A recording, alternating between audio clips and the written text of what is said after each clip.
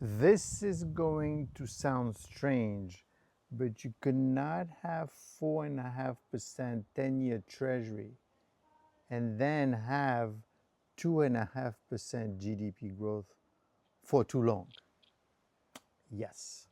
Why? Well, because your debt is now growing faster than your economy, and that cannot keep. You can't have this for too long, my friends. So what do? Well, first, you need to like this video. Second, you need to subscribe. Third, you should join my Patreon channel for free. Why? Because I'm going to explain to you what's going on. I'm going to tell you exactly what it means. Every morning, I will explain to you what's going on in the stock market. Hopefully, you make a couple of bucks. But more important than that, I want you not to lose any. That's probably more important.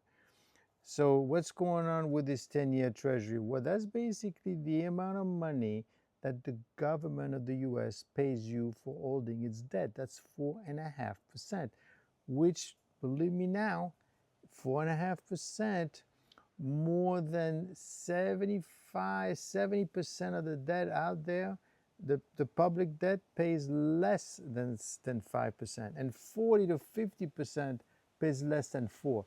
So 4.5% is pretty good money. But why? Well, that's a big question. Why are the US paying so much?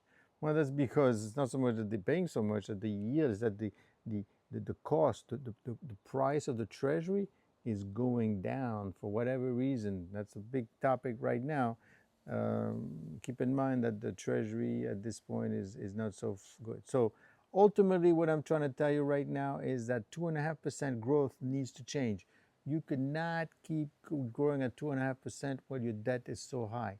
Therefore, the US needs to show something in terms of growth. And this is what Trump is kind of doing in his own way, right? To bring business back in the US and cut taxes. Hopefully, if you cut taxes, therefore you're going to have growth. If you have growth, at least you get away with this stuff for a while longer.